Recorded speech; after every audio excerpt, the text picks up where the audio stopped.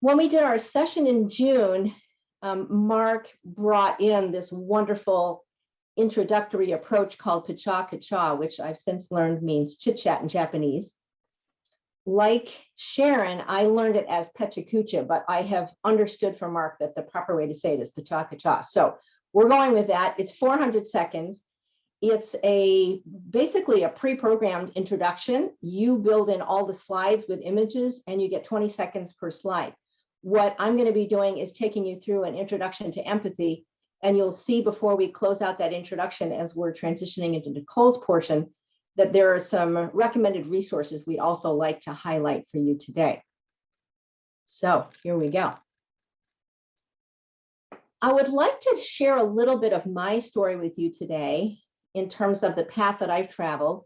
And that path has helped me really understand the power of empathy and uncover something I just shared with the folks in the breakout room, which is that for me, in many ways, empathy is at the heart of leadership. I started at Baxter in 1990 and worked there for 10 years until 2000. I was designing, developing, and delivering training all over the world. And I had the opportunity to work with lots of different kinds of leaders. I left Baxter in 2000 and started my own business. And when I did that, I wanted to go deeper into these three practice areas: strategic planning, leadership development, and organization change. Those became the three pillars of my practice, and my firm is called Learning Paradigms. What I love is the intersection of those three practice areas. That is where I spend the majority of my time. And I find that that's where my clients spend the majority of their time as well. I have used many different works from thought leaders over the last 20 years. You see some of them listed here, and it keeps going. Execution is a wonderful book. Leadership Pipeline, Primal Leadership. Done a lot with Patrick Lencioni's 5 Dysfunctions of a Team, Carol Dweck on Mindset. There are many tremendous books that I have accessed, and many of these authors that I've had the chance to work with over time. Back in 2013, I had the opportunity to see Brené Brown on stage at a global leadership summit. And as much as I'd done work with lots of other authors and researchers, I was mesmerized by her presence and her messages. And I started exploring her work further. I started reading a couple of her books. And what I found was that she has done 20 years of research in a really critical area that brings in all these different emotions: empathy and compassion, vulnerability. Many of these also drive skills that we need to have in our toolbox as leaders in organizations. Empathy, you see, is at the top of this list. Brené has studied these things for 20 years, and this is a picture of her on Oprah's Super Soul Sunday show. So after seeing Brené on stage in 2013, I did some further exploration, and I ended up going to her national certification. It was a week-long program back in 2015, and we got certified in her core body of knowledge that was all about daring greatly.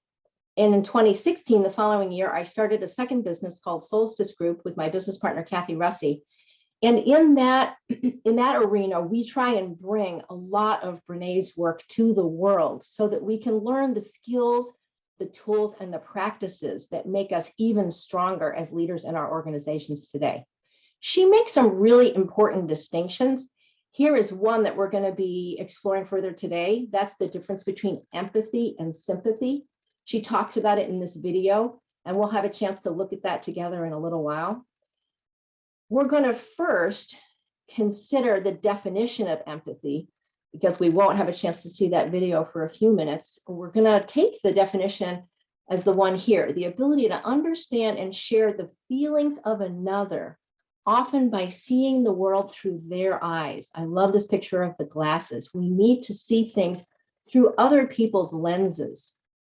And what Brené offers us is some work done by Teresa Wiseman, a nursing scholar. She says there are 4 attributes of empathy, and they're listed here: to be able to see the world as others see it, to stay out of judgment, to understand another person's feelings, and to be able to communicate that understanding of their feelings.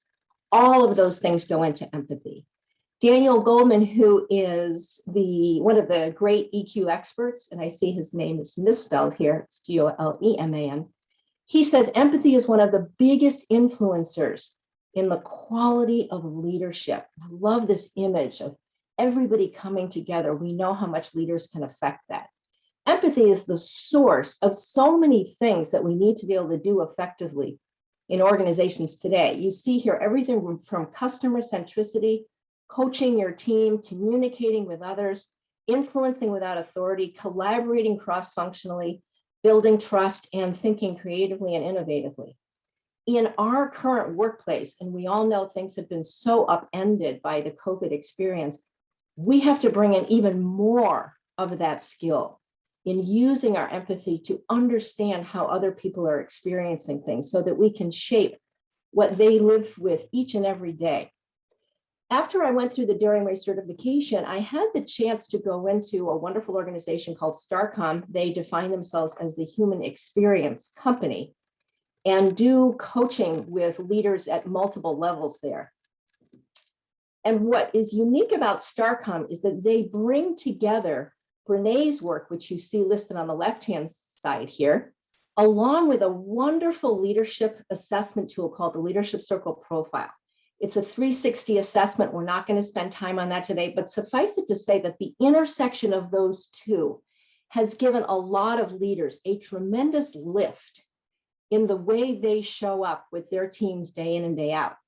And one of the reasons, as you see here from the highlighted outer rim of the circle, is that many competencies that leaders need to perform effectively in, those are the ones that we really use empathy for. Creating caring connections and fostering team play and developing other people, and even into self-awareness, being a personal learner. We need empathy to be right at the center of what we're doing.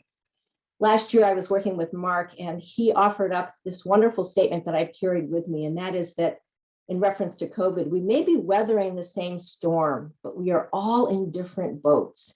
And that, to me, in many ways, is the empathy requirement. Nicole is going to tell us her story today about how she has brought empathy in as a leader and how that has made such a difference in the way she's been able to bring her teams forward and manage through the change process and give them the guidance they need to be successful.